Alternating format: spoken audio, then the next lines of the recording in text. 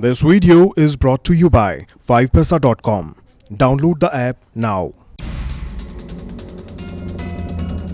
देश के telecom sector की मुश्किलें कम होने का नाम नहीं ले रही हैं। लगातार बढ़ती फाइनेंशियल दिक्कतों के चलते कंपनियों के लिए बिजनेस करना मुश्किल होता जा रहा है। कर्ज में डूबी वोडाफोन आइडिया की मुश्किलें और बढ़ गई हैं। दरअसल कुमार मंगलम बिरला ने कंपनी के नॉन एग्जीक्यूटिव चेयरमैन और डायरेक्टर के पद से इस्तीफा दे दिया है। वोडाफोन आइडिया के बोर्ड ने उनका इस्तीफा मंजूर भी कर लिया है। तो वहीं हिमांशु कपानिया को कंपनी का नया नॉन एग्जीक्यूटिव चेयरमैन चुना गया है। वोडाफोन आइडिया गंभीर वित्तीय संकट से गुजर रही है। फंड जुटाने की उसकी कोशिशें नाकाम रही हैं। वोडाफोन आइडिया पर करीब 1,80,000 करोड़ रुपए का भारी भरकम कर्ज है। कंपनी को जनवरी मार्च तिमाही में 6,985 करोड़ रुपए का घाटा हुआ। वित्त वर्ष 2022-23 में 24,000 करोड़ रुपए के कैश फ्लो की कमी का सामना करना पड़ सकता है। इसके अलावा वोडाफोन आइडिया पर 58,254 करोड़ रुपए की एजीआर की देनदारी है।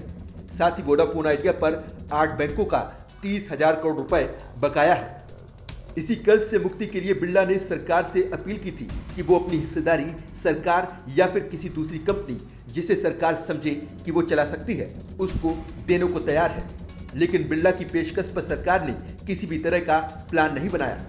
अब वोडाफोन आइडिया को संभालने की जिम्मेदारी हिमांशु कपानिया पर आ गई है।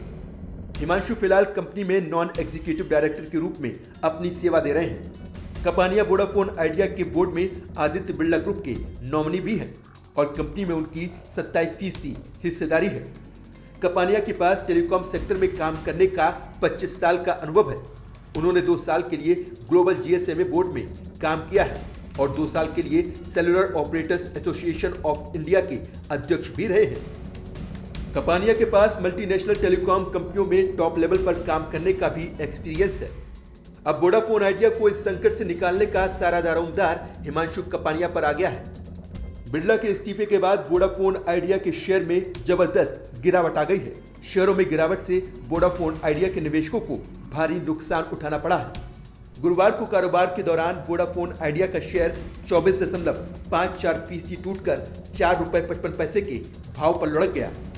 ये शेयर 4 दिनों में 45% तक टूट चुका है। शेयर में गिरावट से निवेशकों के 10,296 करोड़ रुपए डूब गए। हालांकि बाजार बंद होते होते कुछ रिकवरी के साथ वोडाफोन आइडिया का शेयर ₹5.95 पर बंद हुआ। इस वक्त वोडाफोन को पटरी पर लाने के लिए भारी भरकम रकम की जरूरत है। अगर इसका इंतजाम नहीं हुआ तो कंपनी का भविष्य खतरे में आ सकता है। तो वहीं देश की दूसरी बड़ी टेलीकॉम कंपनी एयरटेल भी भारी वित्तीय संकट से जूझ रही है। कंपनी के सीईओ गोपाल मित्तल ने कहा है कि भारत जैसे बड़े देश में टेलीकॉम कंपनियों के मुश्किल समय में सरकार से राहत की जरूरत है। विट्टल ने कहा कि देश को कम से कम 3 बड़ी टेलीकॉम कंपनियों की जरूरत है। कंपनी का एआरपीयू अभी काफी कम है, जिसे बढ़ाकर 200 से 300 रुपए प्रति यूजर करने की जरूरत है। इससे इंडस्ट्री की बिगड़ती हालत को राहत मिलेगी। अगर वोडाफोन आइडिया इस संकट से नहीं निकल पाती है तो देश में केवल जियो और एयरटेल 2 ही प्राइवेट कंपनियां बचेंगी, जिससे टेलीकॉम इंडस्ट्री पर मोनोपोली का खतरा मंडरा सकता है।